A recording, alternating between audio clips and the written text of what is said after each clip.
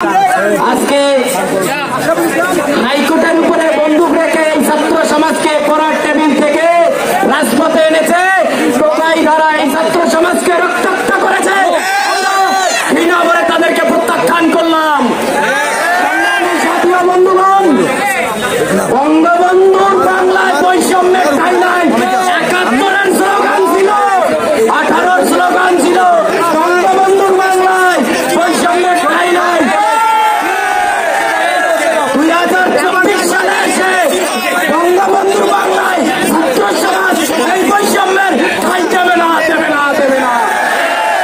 সংগ্রামী জাতীয় বন্ধুগণ, আমরা শান্তিপ্রিয় ছাত্র সমাজ এই সরকার এই আমরা কেন্দ্রকে আহ্বান জানাবো, যারা এই ঢাকা বিশ্ববিদ্যালয়, জাহাঙ্গীরনগর বিশ্ববিদ্যালয়, ঢাকা মেডিকেল কলেজ, চট্টগ্রাম বিশ্ববিদ্যালয় সহ যারা রক্তাক্ত করেছেন, আমাদের দাবি যদি মেনে নেওয়া নয়, ওটা যদি সংস্কার করা নয়, তাহলে এই রক্তের উচিত জমা দিবে এই ছাত্র সমাজ।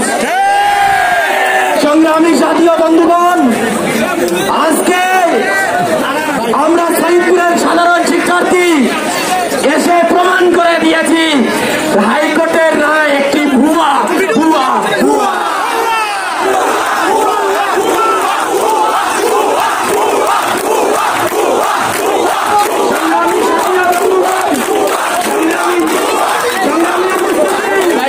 সংগ্রামী উপস্থিতি, মুক্তিযুদ্ধ